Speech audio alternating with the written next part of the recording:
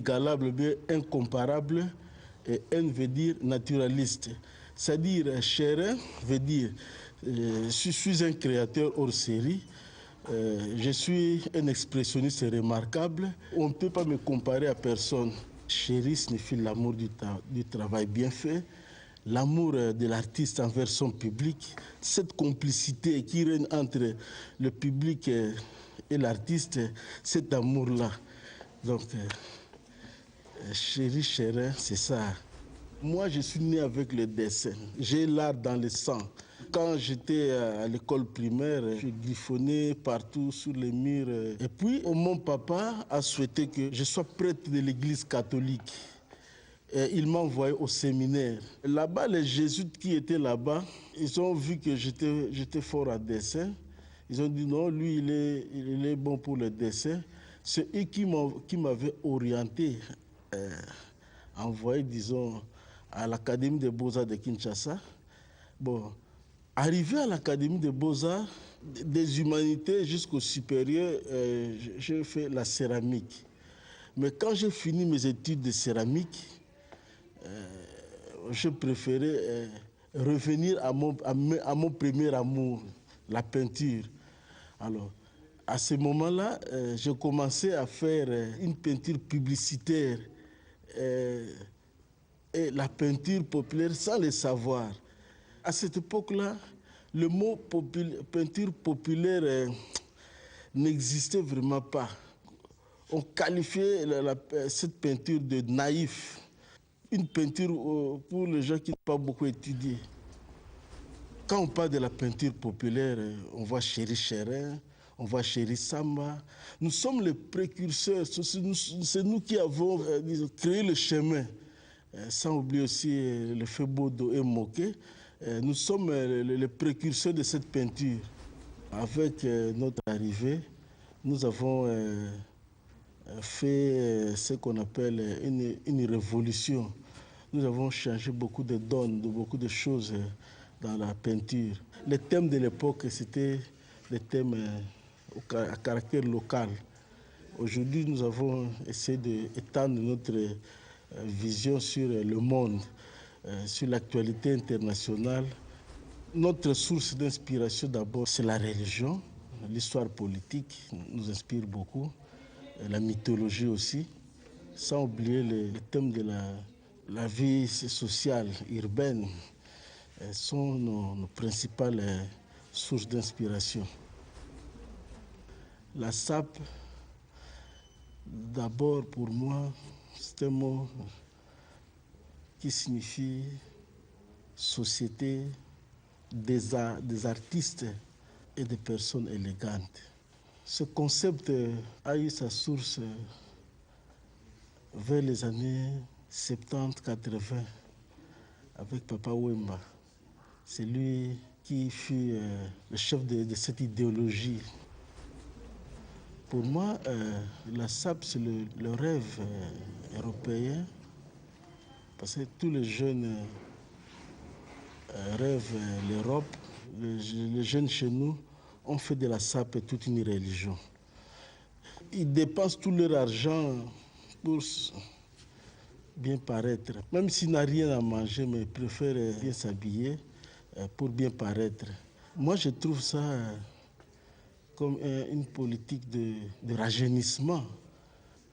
Dans un pays émergent comme la RDC, l'artiste peintre populaire a l'obligation morale de véhiculer à travers ses œuvres un message d'espoir, d'amour et de joie. Bon, il dirige aussi l'histoire de l'art de sa société par ses créations en sa qualité de grand responsable du développement de l'art de son pays. Cela permettra aussi aux artistes que nous sommes non seulement de vivre de notre peinture, de notre art, mais d'avoir aussi la satisfaction morale d'être utile à la nation.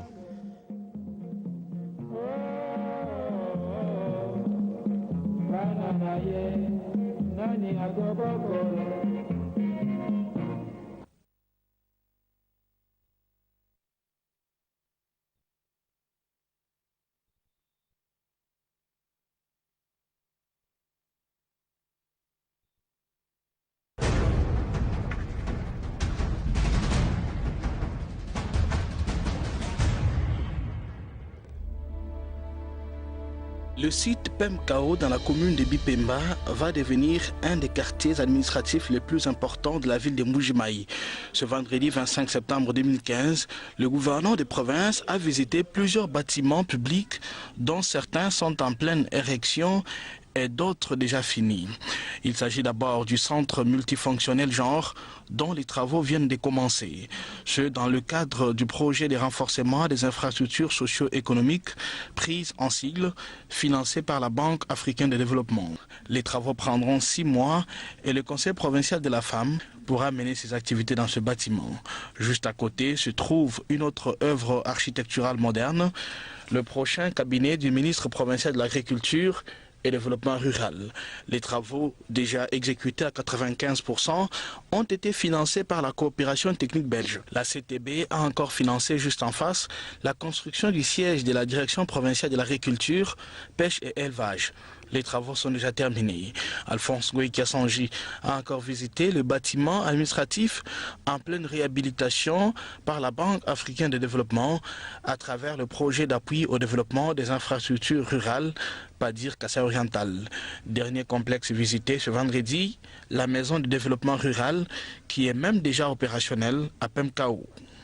L'autorité provinciale se réjouit d'avoir obtenu des retombées positives et inoubliables de la table ronde des bailleurs des fonds organisée par le gouvernement provincial du Kassai Oriental à Kinshasa en 2012. Ngoï Kassanji remercie également le chef de l'État Joseph Kabila Kabange d'avoir rendu la RDC fréquentable par ses bailleurs des fonds.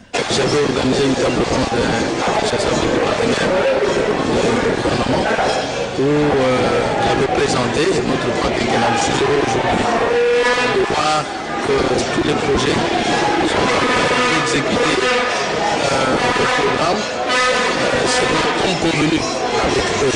Je suis fier, surtout que ce site ici, PEMKAO, c'est un nouveau site, c'est un nouveau quartier de la ville que nous avons créé, qui rayonne. Et ici, au lieu de se concentrer dans l'ancienne ville, aujourd'hui où on a tout le temps beaucoup de problèmes, que ce soit avec la Mouba et les autres, j'invite les opérateurs économiques de venir dans ce quartier. D'ailleurs, il était 16h tapante samedi 22 août lorsqu'Alphonse Ngoï-Kassanji a foulé les sols du territoire de Ngandanjika à 90 km de la ville de Mbuji-Mayi.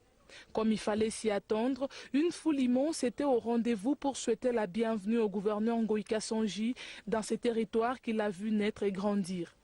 Considéré comme grenier agricole du Kassai oriental, le territoire de Ngandanjika a eu l'honneur d'abriter les lancements de la saison agricole A.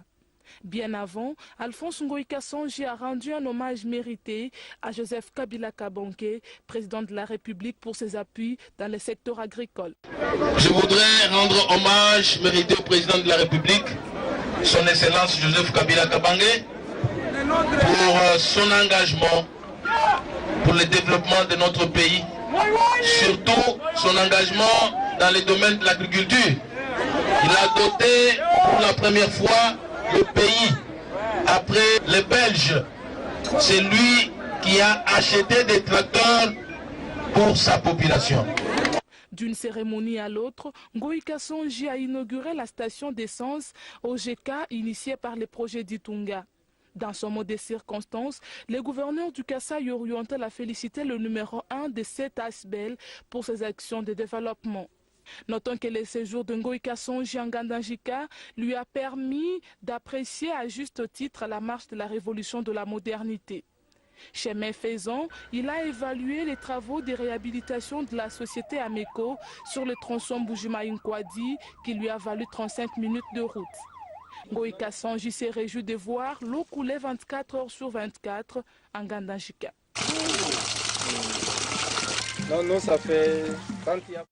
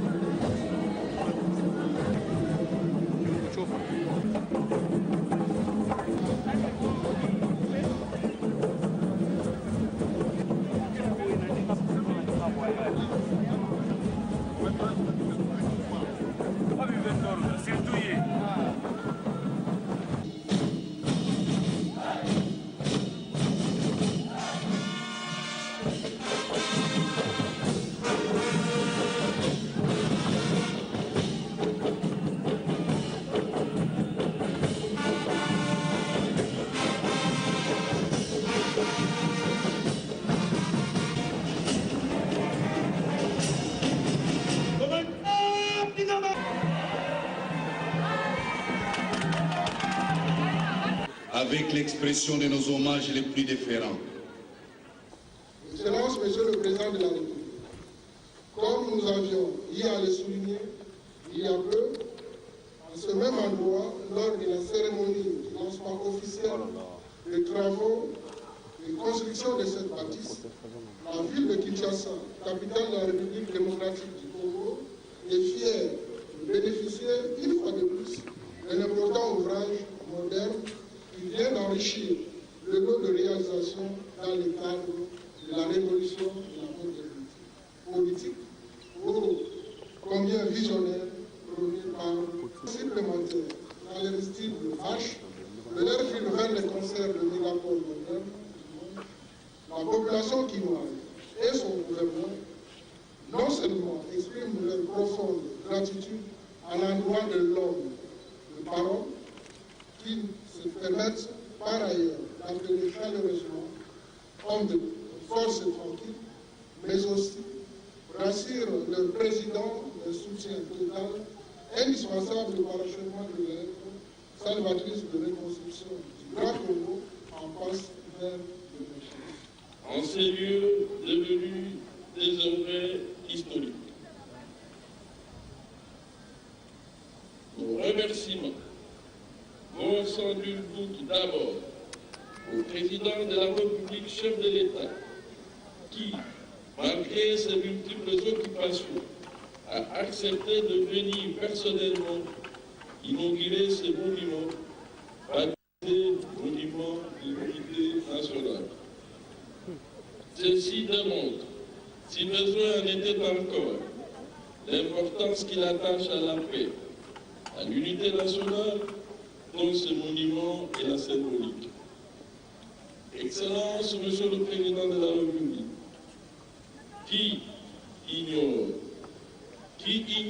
à moins d'une mauvaise foi manifeste les combats que vous menez toute votre vie pour l'unité nationale. Que de fois n'insistez-vous pas sur cette question comme base de tout développement? Quand, dernièrement, vous êtes revenu sur la cohésion nationale, n'est-ce pas là un appel de plus à l'unité nationale, à la concorde et à la paix?